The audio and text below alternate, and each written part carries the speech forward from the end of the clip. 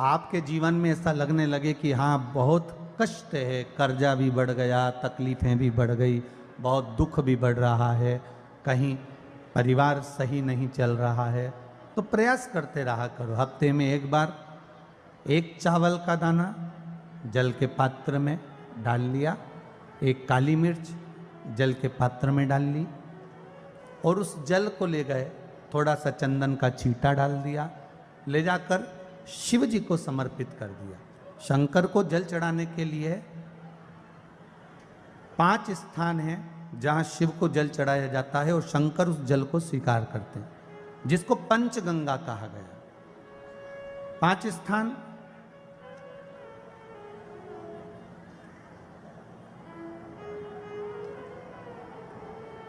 अच्छे से समझ लीजिएगा, जब भी शिव मंदिर में जाएं तो ये 5 स्थान शिव को जल चढ़ाने के लिए ये रखा है। शिवलिंग, गोल जलाधारी, ये चरण जहाँ से पानी नीचे की ओर जाता है।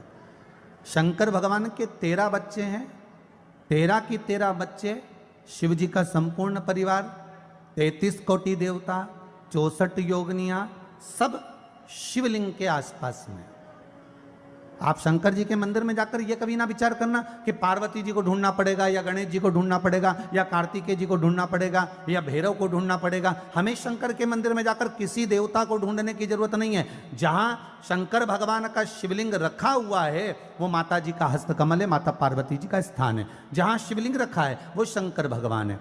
जहां जलाधारी है उस जलाधारी के पास में जहां पानी बहता है बीच में अशोक सुंदरी का स्थान है। जहां से पानी बह रहा है उसका राइट भाग वहां गणेश जी का स्थान है, लेफ्ट भाग कार्तिकेय जी का स्थान है। शंकर भगवान के ऊपर जो जल गिर रहा है वो शंकर भगवान की 5 लड़कियां जया, विषहरा, शामलीबारी, दौतली, देव, ये शंकर जी की 5 बेटियां ऊपर हैं। जहां से पानी बहकर उस निकासी से, जहां नाली बनी रहती है, पानी जहां से निकलकर बाहर मंदिर के जा रहा है वो 33 कोटि देवताओं का स्थान है। इसलिए सारे मंदिरों की परिक्रमा हो सकती है पर शंकर जी के मंदिर की परिक्रमा नहीं करते, क्योंकि वो जल जो जा रहा है वो 33 कोटि देवताओं का स्थान है, उसको हम लांघ नहीं सकते।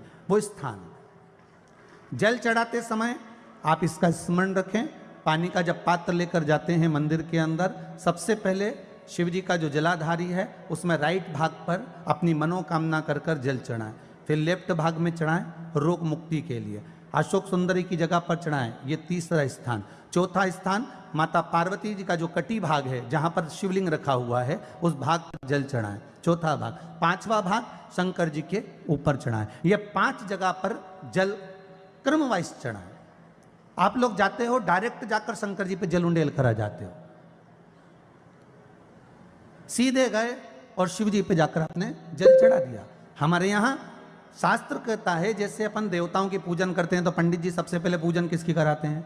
जम के बोलो जरा, गणेश जी की। गणेश जी के बाद पूजन कराते कराते कराते कराते कराते कराते आगे के सारे देवता कराते कराते कराते कराते फिर इन पर पहुंचते हैं। आप डायरेक्ट मूल पूजन कराते कराते कराते कराते कराते कराते आगे के सारे देवता कराते कराते कराते कराते फिर मूल पूजन पर पहुंचते हैं। आप डायरेक्ट मूल पूजन पे पहुंच जाते हो।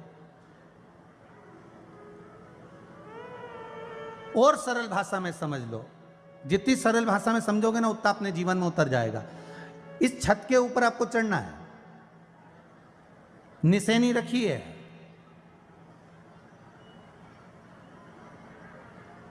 पाए लगे हुए हैं, आप कैसे चढ़ोगे? एक एक पाए पर पांव रखकर चढ़ोगे कि डायरेक्ट पहला पे रखोगे आखिरी पर?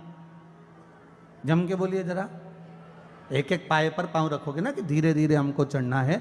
उसी तरह शिव मंदिर में पहुंचने के बाद पहला गणेश स्थान, कार्तिकेय स्थान, अशोक सुंदरी का स्थान। अशोक सुंदरी के स्थान पर जल क्यों चढ़ाया जाता है? क्योंकि भगवान शंकर की सबसे छोटी लड़की जो है वो अशोक सुंदरी है। और ये जो छोटी लड़की है अशोक सुंदरी, ये नारी को अखंड सौभाग्यता का वर प्रदान करती है। कौन सी नारी को?